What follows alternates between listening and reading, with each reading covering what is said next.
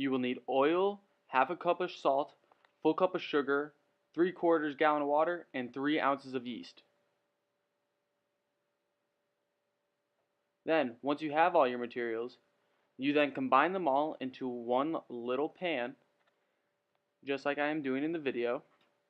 Then you crumble your yeast so that it mixes easier with all of the water and all of the oil.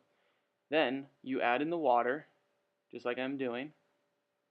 Then you add in your sugar, salt, and yeast combination. And then you begin to mix it so that it begins to get into all the water and it's all broken up. Then you add in your 50 pounds of flour, just like I'm doing.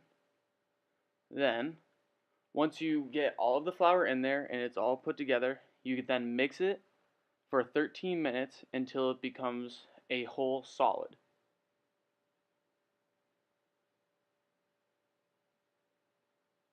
Then, you now cut your dough and you roll it all.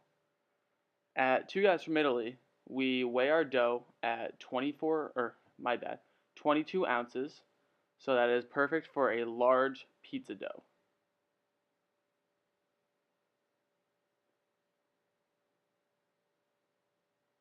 Then, once you find your perfect 24-ounce large pizza dough, you then take it and you roll it by kneading it. Kneading the dough, you simply just keep on rolling it in and out, and you keep stretching it out. Once it is all formed into your perfect dough ball, you then form a little thing on the end, and you roll it around to make it tight, just like I am doing. And then you press it down, and then you have your perfect dough ball. Now, forming your dough.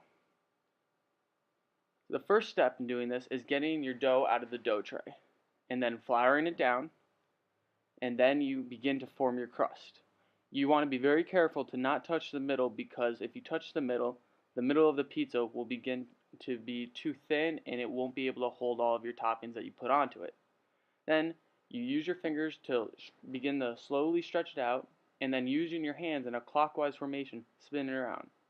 This next step I don't suggest doing because I throw my dough, and a lot of beginners can't really do that. And then you have your perfect circular dough, and you are now ready to start cooking your steak. Cooking your steak is pretty self-explanatory. Just simply make sure it's done and cooked all together. Now you put it all together. The first step in making your cheesesteak pizza is layering the entire bottom of the pizza with American cheese. You want to make sure to put enough American cheese on, but don't overdo it, because this pizza can tend to be extremely cheesy. The next step is putting your steak onto the pizza.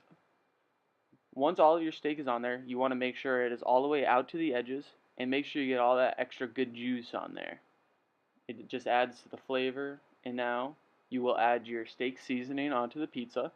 Make sure it's spread out there pretty good. We like to call it sprankle at Two Guys. Then your next step is adding your mozzarella cheese.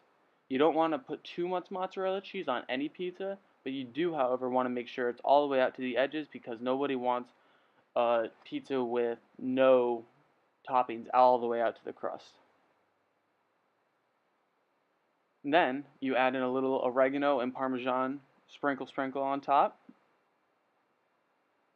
Then, once it's on, you begin to cook your dough, or cook your pizza.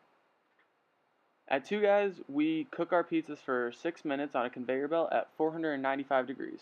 Once it's fully cooked, you can tell it is browned, and then you cut into 8.